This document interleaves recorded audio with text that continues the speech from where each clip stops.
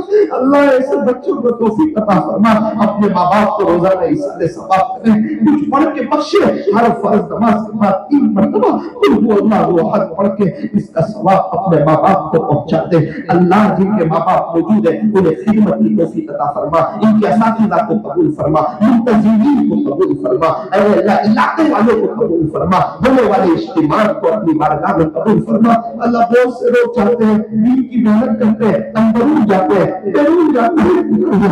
ہم نئے ساتھی ہیں، ہمیں بھی اللہ قبول کر لے. اللہ ہمیں بھی قبول کر لے. دین کے کام کے لیے ہمیں ہماری نسلوں کو قبول کر لے. ہمیں اپنے گھر میں فضائل اعمال کی تعلیم کا اہتمام کرنے کی توفیق عطا فرما. ہمارے نوجوانوں کو چہرے پر داڑھی رکھنے کی، اسلامی لباس پہننے کی، اظہار تخلص سے اوپر رکھنے کی توفیق عطا فرما. اللہ سمجھا دیجیے ملٹری والے اپنی وردی میں ہوتے ہیں، پولیس والے اپنی وردی میں ہوتے ہیں، اسکول کے بچے اسکول کی وردی میں ہوتے ہیں، ہوٹل کے ویٹر ہوٹل کی وردی میں ہوتے ہیں. ہم مسلمان ہیں، آئیے مسلم مسلمان ہونے پر فخر ہے. اللہ کرے ہم بھی محمدی وردی میں آ جائے، اسلامی طریقے میں آ جائے. پتا چلے کوئی غیر نہیں جا رہا ہے، مسلمان جا رہا ہے، عاشق رسول جا رہا ہے، خواجہ صاحب کا دوبارہ جا رہا ہے. یہ ٹوٹے پھوٹے کچھ جملے تھے، یہ عاجز گنہگار ہیں، ان بچوں کے صدقۃ خیر انہیں بھی نیک بنا دے. ہماری مجلس کو اپنی بارگاہ میں قبول فرمائے. صلی اللہ تعالی علی خیر خلقہ محمد وآلہ واصحابہ اجمعین برحمتک یا ارحم الراحمین.